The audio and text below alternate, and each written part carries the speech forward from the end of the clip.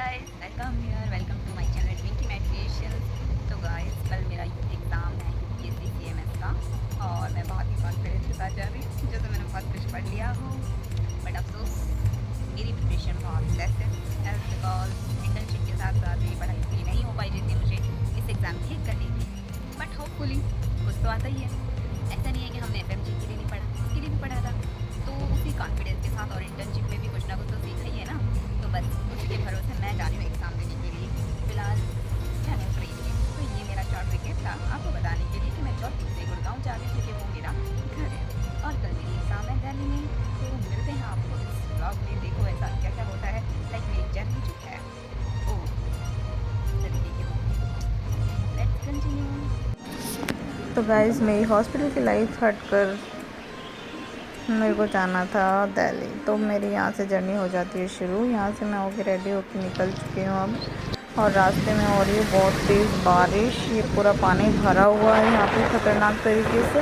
तो बारिश में मैं गई थी एंड बीच में मैं रुकी थी कुछ मीठा लेने के लिए घर वालों के लिए, और इस तरीके का कुछ वेदर था। और यहाँ की जो मिठाई फिर मैंने खाई भी and it was so tasty. तो चलते हैं, और इसके बाद फिर मैंने सोचा कि क्यों ना यहाँ से कचौरी खाई जाए। कुछ अच्छा सा फील हो रहा था क्योंकि गरम गरम ताज़ी ताज़ी बनी रही थी।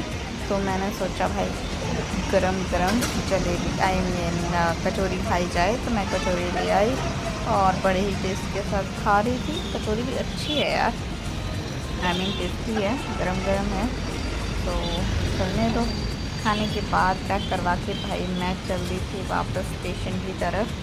तो ज़्यादा गर्म नहीं है। फिर वही बारिश हो रही थी, बारिश में जब जाना ही था ना, ट्रेन नहीं छूटनी चाहिए। तो हमारा जो जोधपुर का स्टेशन है कुछ इस तरीके से दिखाई देता है। आप देख सकते हैं क्या व्यू है यहाँ से। मतलब जो हमारे देश की शान तिरंगा वो भी अच्छा लग रहा है। यहाँ पे शान बढ़ा रहा है, शान तो है ही खैर। और ये पानी भरा हुआ है, मतलब कुछ भी हो जाए लेकिन इंडिया की सड़कें पानी से भरी रहेंगी अगर बारिश है तो। ये कभी खाली नहीं हो सकती, क्या करें। ये अंदर का कुछ व्यू इस तरीके से दिखता है।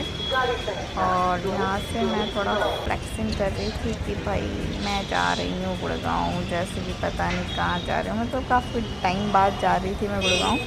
तो मुझे बहुत एक्साइटमेंट तो नहीं कह सकते क्योंकि मैं मिलने की पर्पज़ से नहीं जा रही थी, मैं तो सिर्फ एग्ज़ाम के पर्पज़ से जा रही थी ना।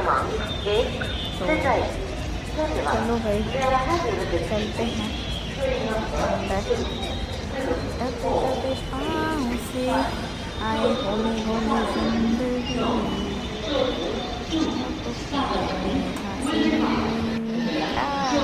तो भाई यहाँ आके मैं अपना B6 पर वेट करने लगी। वेट ना था, वैसे ट्रेन पहले से ही खड़ी हुई थी और मैं यहाँ हाफ एन आवर पहले आ गई। तो मैं अपने जाके डब्बे के सामने खड़ी हो गई जहाँ पर भी मेरी सीट थी। तो मेरा B6 था एंड थर्ड AC क्लास थी।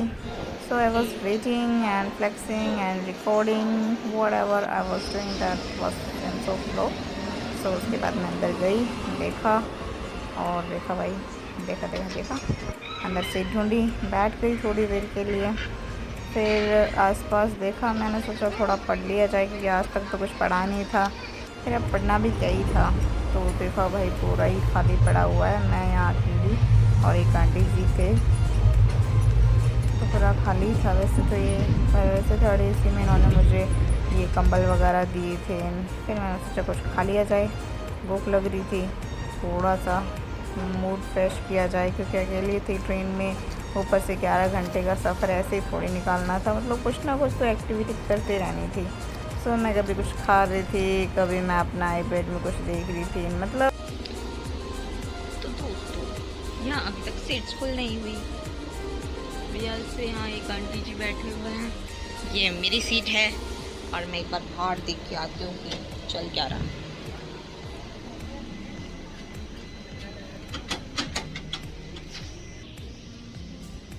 देखो क्यों मैं जब पहले बस को पता करो बस आएगा तो बस नहीं आ जाओ।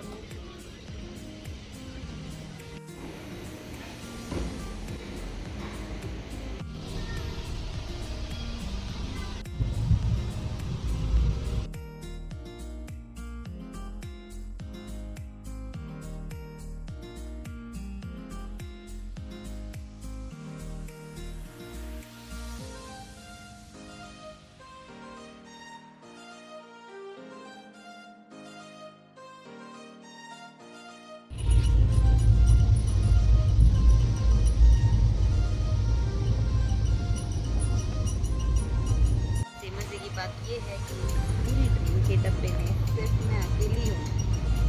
डोंट वरी, मुझे कोई डर नहीं लग रहा, क्योंकि डरने वाली कोई बात ही नहीं है। इंसान नहीं है तो डर कैसे लगेगा, है ना।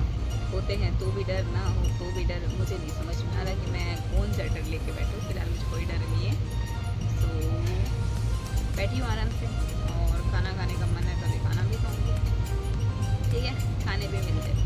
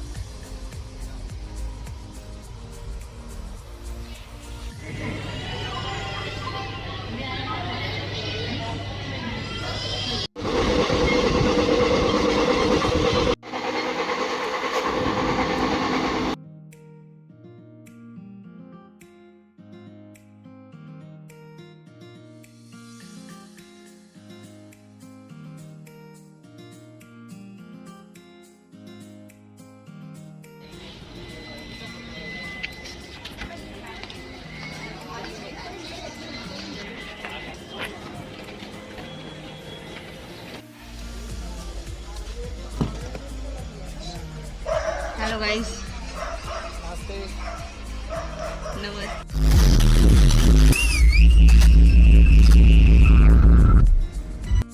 सो गुड मॉर्निंग गाइस, सुबह हो गई है और 20 तारीख का है आज। तो मैं अपना एग्ज़ाम देने जा रही हूँ दिल्ली, मेरे भाई और उसके दोस्त के साथ। सो ये था दिल्ली वाला सफ़र। सो यहाँ पहुँच गए हम सेंटर पर। देखा भीड़ काफ़ी कम है, इट मीन्स कंपटीशन भी काफ़ी कम है, लेकिन अफसोस बाद में पड़ गया था। बोल जो क्या कह रहे थे तुम? क्या रहा था? हाँ, क्या कह रहा था? लड़कियां मुझे देख नहीं रही। क्या हुआ लड़कियों को? भाई उसको ऊपर में वो बॉडी मोटी मोटी और नीचे लैग। बेटा वीडियो पापा को दिखाऊंगा। यहाँ पे कमेंट्री चल रही है लड़कियों के ऊपर।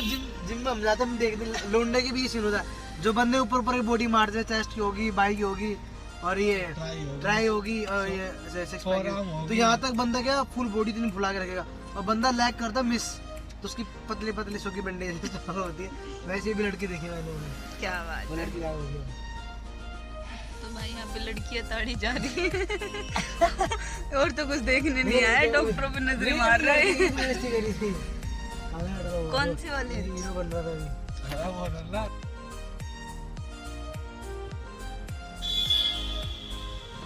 सही आ रहा था, बैग वाला सिस्टम है। बैग वाले।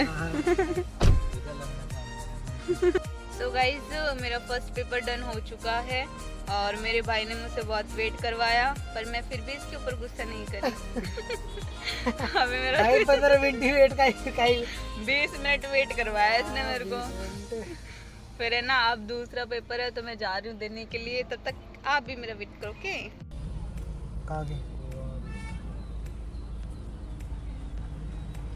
आगे एग्जाम देके गाइज।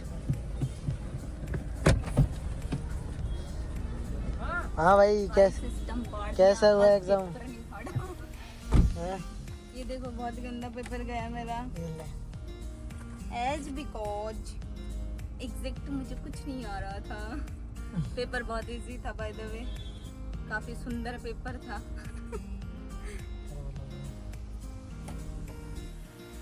सो गाइज, जैसा कि आप इस ब्लॉग में देख रहे हैं कि मेरा यूपीएससी सीएमएस का एग्जाम है एंड वो मैंने दे दिया है। तो अब हम इस वीडियो में डिस्कस करेंगे कि यूपीएससी सीएमएस के बारे में जो लोग जानना चाहते हैं। लाइक मेरी भी क्यूरियोसिटी थी जब मैंने नहीं दिया था उससे पहले, कि कुछ क्वेश्चंस थे मेरे माइंड में कि हम ये एग्जाम क्यों देते हैं।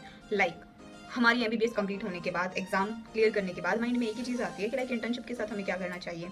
और उसके बाद हमारा एक माइंडसेट होता है कि जैसे हमारी इंटर्नशिप कंप्लीट होगी हम नीट पीजी के लिए दौड़ेंगे, ये तो फिक्स है हमारा। तो उसके बीच में भी कुछ ऐसे स्टेप्स होते हैं लाइक जिनके ऊपर हमें फोकस करना होता है, ठीक है। तो यूपीएससी सीएमएस के बारे में हम जान लेते हैं कि ये एग्ज़ाम कौन देता है, क्यों होता है, क्या पैटर्न है, क्या सब्जेक्ट्स हैं, क्या सिलेबस है, everything we will discuss in this video. तो फर्स्ट ऑफ ऑल मैं आपसे जो डिस्कस करना चाहती हूँ वो ये है कि यूपीएससी सीएमएस एग्जाम है क्या। तो CMS exam means combined medical services. तो इस एग्जाम को जो दे सकता है वो जो होते हैं एमबीबीएस ग्रेजुएट स्टूडेंट्स जो फाइनल ईयर में जिनकी एमबीबीएस कंप्लीट हो चुकी है, जो इंटर्नशिप कर रहे हैं वो भी दे सकते हैं। लेकिन जो आपको जॉब अगर आगे मिलती है एग्जाम क्लियर होने के बाद, वो आपको इंटर्नशिप कंप्लीट होने के बाद ही ज्वाइन करनी होगी, उससे पहले आप ज्वाइन नहीं कर सकते हैं। ठीक है, तो ये बात हुई हमारी इस चीज़ की।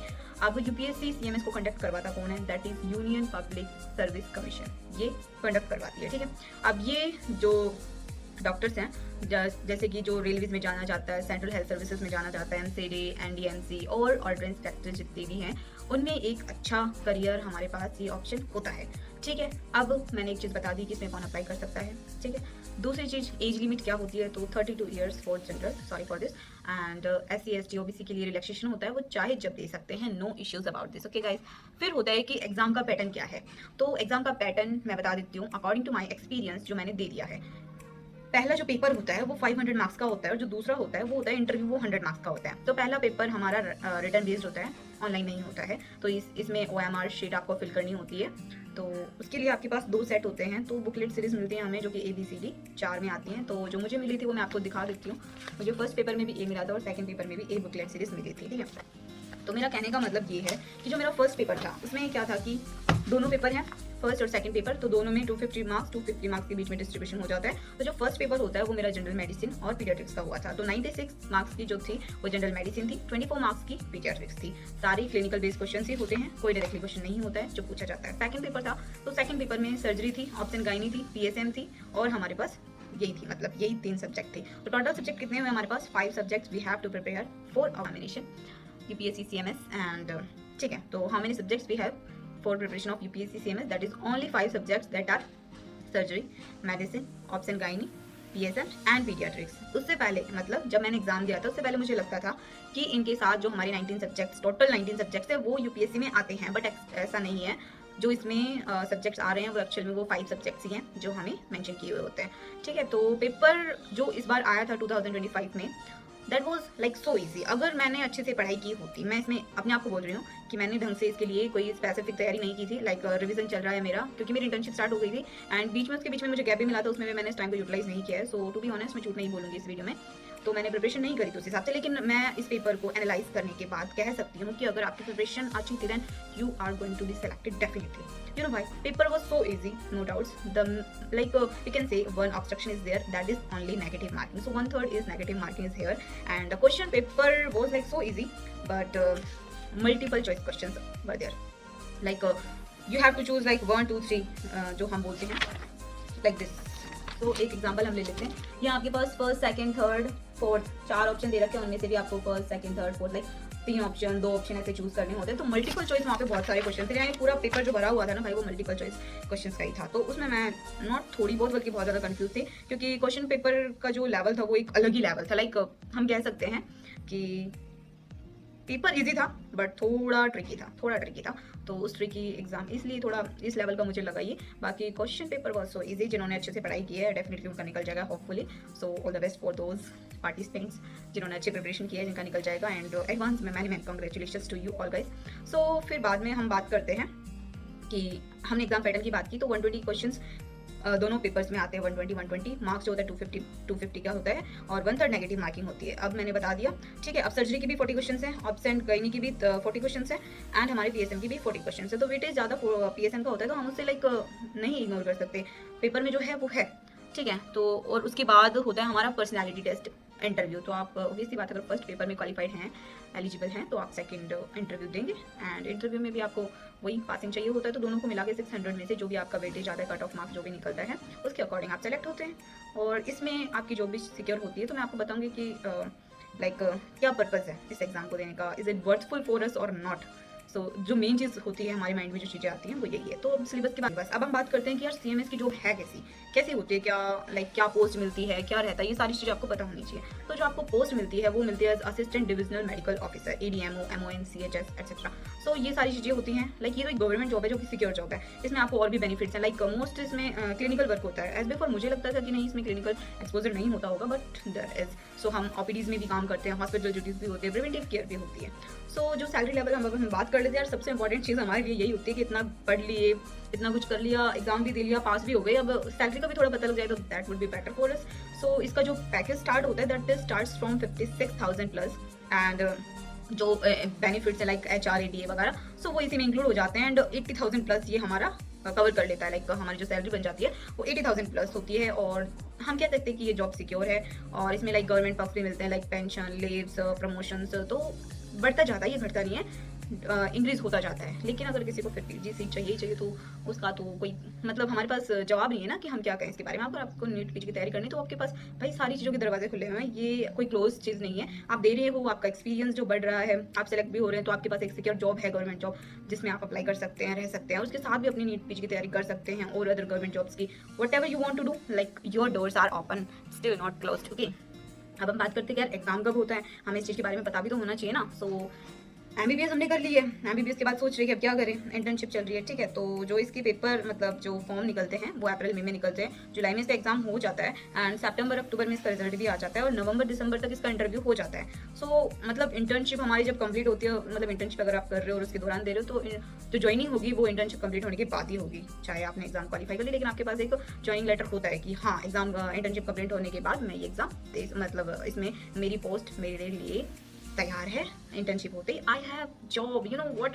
सबसे एक्साइटेड और इंपॉर्टेंट थिंग, अगर आप इस चीज़ के लिए प्रिपेयर हैं, आप सेलेक्टेड हैं, तो आपके लिए तो बहुत अच्छी वाली गुड न्यूज़ हो जाती है कि यार मतलब मैंने इंटर्नशिप के साथ साथ ये चीज़ भी की है, और इंटर्नशिप के बाद भी मेरा ऑप्शन है कि मैं खाली नहीं बैठ रही, एटलीस्ट कुछ ना कुछ मेरे पास एक सिक्योर चीज़ है जो आगे मेरा वेट कर रही है। उसके साथ अपनी नीट PG की प्रिपरेशन करते रहो ताकि बैलेंस बनता रहे। अब मैं आपको ज्ञान तो दे रही हूँ, मैं खुद क्या कर रही हूँ मुझे भी नहीं पता, so it's personal, I am not going to discuss my personal life with you guys. If you want you can ask your personal questions in comment box, like whatever queries you have regarding UPSC CMS internship NEET PG preparation, whatever you want to ask you can ask in comment box, so I will definitely reply your comments also. So अब बात आती है कि यार preparation कैसे करें। तो preparation guys of course हमने जो सिलेबस कवर किया है उसी में से आता है, कुछ बाहर नहीं आता, कुछ अलग नहीं है, वही क्लिनिकल चीज़ें हैं, वही क्लिनिकल क्वेश्चंस आते हैं जो हम हमारे लाइक ऐसी चीज़ें हैं। तो वो MCI के लिए प्रिपरेशन कर रहे हैं, मतलब FNK एग्जाम के लिए प्रिपरेशन कर रहे हैं, तो वो उसी के रिगार्डिंग आता है, कोई हटके नहीं है। इसी वजह से मैं एग्जाम देने गई थी कि यार कुछ अलग ही नहीं आ रहा, तो एक बार ट्राई करने में क्या जा रहा अपने, तो उसी बेस पे मैं गई थी। एंड PYQ आप सॉल्व कर लो, PYQ से काफ़ी हेल्प मिलती है, क्योंकि मैंने रैपिड रिवीजन देखा था PYQs का, and questions were related, so it's better. और CMS के और क्वेश्चंस आपको टेलीग्राम ग्रुप्स पर मिल ही जाते हैं आजकल, सारी चीज़ें अवेलेबल है भाई, कुछ भी ढूंढ लो आपको ऑनलाइन प्लेटफॉर्म पे सारी चीज़ें मिलेंगी, ठीक है। मॉक टेस्ट आप ज़रूर दें ताकि आपकी प्रैक्टिस हो, टाइम भी आप मैनेज कर सको, तो टाइम दोनों का अच्छा होगा। और फिर उसके बाद यार पूछते हैं, बताते हैं कि लाइक CMS में क्या लाइक करियर ग्रोथ है आगे जाकर, तो भाई आप हायर पोस्ट तक भी जा सकते हैं, लाइक सीनियर MO बन सकते हैं, चीफ मेडिकल ऑफिसर बन सकते हैं, इवन आप एडमिनिस्ट्रेटिव रोल्स में भी लाइक क्वालिफाइड होते हैं इस चीज़ के लिए। तो पोस्टिंग्स इंडिया में ही होती हैं, स्पेशली आपके पास वो ट्रांसफरेबल होते हैं, लाइक हर जगह आपको ट्रांसफ़र मिलता रहेगा, वही एडमिनिस्ट्रेटिव सर्विसेज की तरह है, पर ये डॉक्टर्स के लिए specially, so like we can say it's secure for us ना। सो गाइज ये थी आपकी इम्पॉर्टेंट चीज़ें जो आपको UPSC CMS में ध्यान रखनी थी, आपको पता होनी चाहिए थी। तो आप भी अगर एक MBBS ग्रेजुएट हैं और एक सिक्योर जॉब चाहते हैं, रेस्पेक्टफुल भी है, सेंट्रल गवर्नमेंट जॉब है, तो भाई आपके लिए CMS परफेक्ट है। ये इसमें वर्क लाइफ बैलेंस भी होता है, सैलरी भी होती है, करियर ग्रोथ भी, सब कुछ मिलता है, मतलब everything you want in your life that would be here. So ये था आपका UPSC CMS का एक कंप्लीट ओवरव्यू। सो गाइज जैसा कि मैं इस ब्लॉग में हूँ ये बताने के लिए कि मेरा CMS का एग्ज़ाम मैं ऑलरेडी दे चुकी हूँ, जो कि मेरा 20 जुलाई को हो चुका है।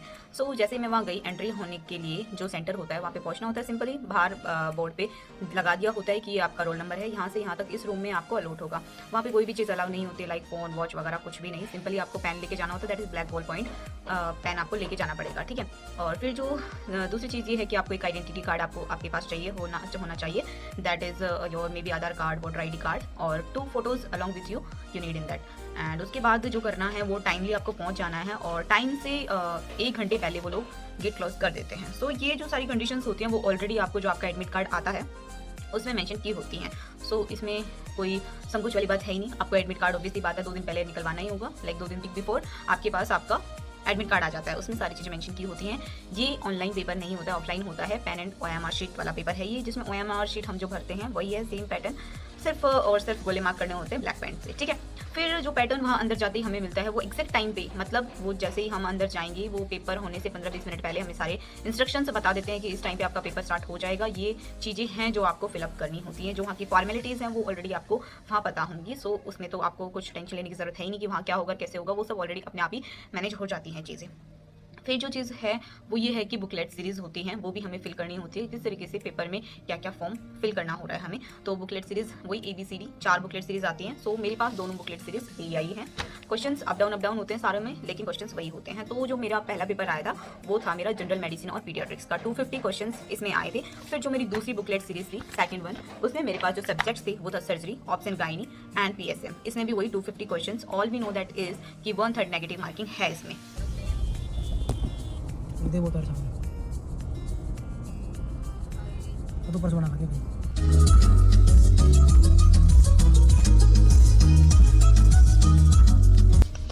और नहीं तो नहीं, बहुत ज़्यादा साउंड कर रहा था। तो गाइस बज रहे हैं रात के 11 और मैं जा रही हूँ जोधपुर।